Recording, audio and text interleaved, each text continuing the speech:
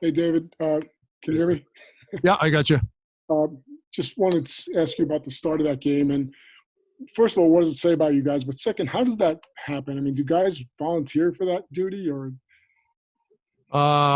If they did, I didn't know about it. And, to me, when something like that happens, it certainly speaks volumes to how these guys want to play for each other and care for each other in difficult circumstances. And we all saw what happened the other night. Nobody's happy about it. And I couldn't be more proud of these guys. Next question comes from Larry Brooks. Larry, go ahead.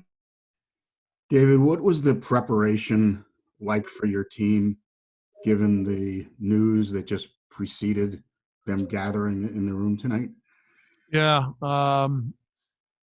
We had normal meetings this morning, and then obviously word got out what had happened. And, I've got so much respect for Jeff and JD. It's sad, but unfortunately it's a tough part of sports. And, everybody here feels for him. It's that being said, it's an unbelievable opportunity for Chris. We'll do everything we can to support him. And, it's been a tough day, but it's the unfortunate part of sports. Next question comes from Bruce Beck. Bruce, go ahead. David, with the changes today, what was your initial reaction, and what do you think the team's reaction really was? Well, I think we're all surprised. I certainly was, and I think talking to the players, they certainly were as well. So, but again, these decisions are made, and like I said, it's the hard part of sports. Next question comes from Vince Mercogliano. Vince, go ahead. Hey, David, with everything that happened today, I know that, Jeff was here when you got hired. So just, kind of what has he meant to you as far as you becoming an NHL coach and them giving you that opportunity? And then the other thing is, as far as the rebuild is concerned and the job that those guys have done in recent years, like, did you feel like this thing was moving in the right direction? Yeah, as far as, how I feel about Jeff, I've known him for a long time, and he gave me this incredible opportunity. Enjoyed working with him every day. He became a very close friend. He'll certainly land on his feet, that's for sure. He's a hell of a hockey guy and a great person, as is JD. And, we all felt good about what we've done up to this point. Next question comes from Molly Walker. Molly, go ahead. David, when you heard the news about JD and Gordon, where did your mind go in terms of where you personally stand with the organization, and how are you personally feeling about your job safety?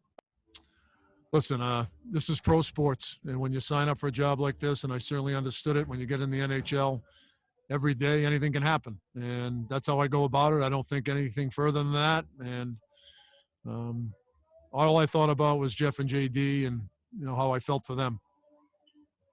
Next question comes from Dan Rosen. Dan, go ahead.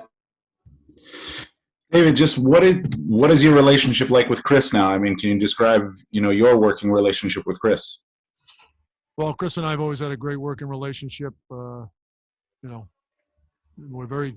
obviously we've known each other a long time as well. And, we certainly see a lot of the same things in the game of hockey. We've got a great deal of respect for each other. Not only do we have a great personal relationship, we've got a great working relationship.